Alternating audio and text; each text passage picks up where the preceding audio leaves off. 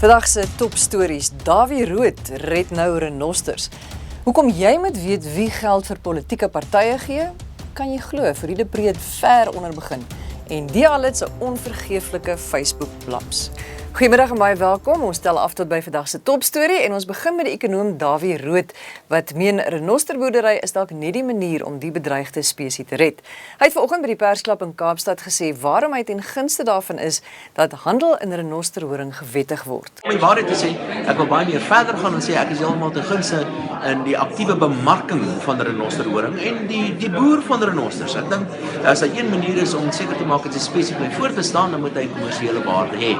Politieke partye hoef nie te sê wie vir hulle geld gee nie. Aldus 'n uitspraak van die Grondwethof wat 'n aansoek van die hand gewys het wat die parlement sou verplig om deur wetgewing partye te dwing om dit bekend te maak.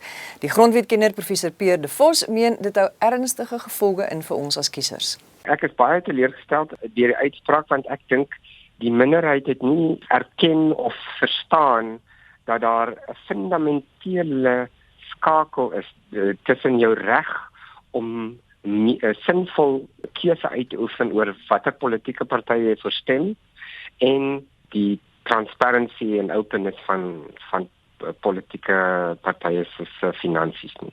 Sê nou maar ek is 'n persoon wat sterk glo in die regte van werkers. Dan wil ek tog nie vir 'n party stem waar die mynbase voor baie geld gegee het nie. Want dan gaan ek mos weet daai mynbaas het nie die geld vir daai party gegee sonder omdat hulle verwag het dat die party in belang van die myne gaan optree en teen die werkers se belange gaan optree.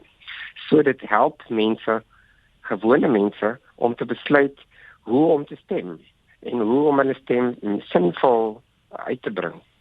Kan jy glo, van Affie se D-span tot Springbok kaptein. Dis die droompad wat die skrimskakel Friede Preet, wat die Springbokke Saterdag teen Skotland op die veld sal lei, moes volg.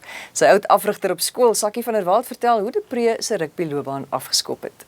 Ek dink hy het onder 16 begin ingroei in sy lyf in. So hy het bietjie lente begin kry, hy het bietjie gewig aangesit. Hy was maar graad 8 en 9 tingerige mannetjie gewees, klein en maar. Soos toevallig Piers Piesok was.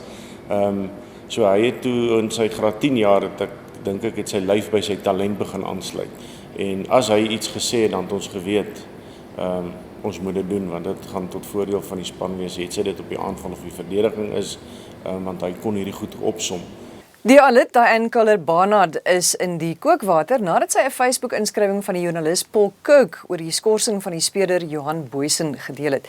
Hierin skryf hy dat oud-president PW Botha teruggebring moet word. Sy sê dit was regtig nie doelbewus nie. I was late at night sharing many comments about Johan Boysen's latest suspension.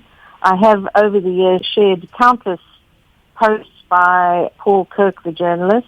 I really didn't even read it through because he does tend to be very verbose. I obviously don't share the sentiments of Mr. Kirk, and I will be more careful, certainly, when sharing anything from him ever again.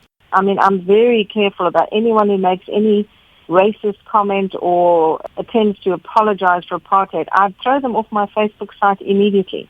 I made a mistake. I corrected that mistake. I have apologized for that mistake.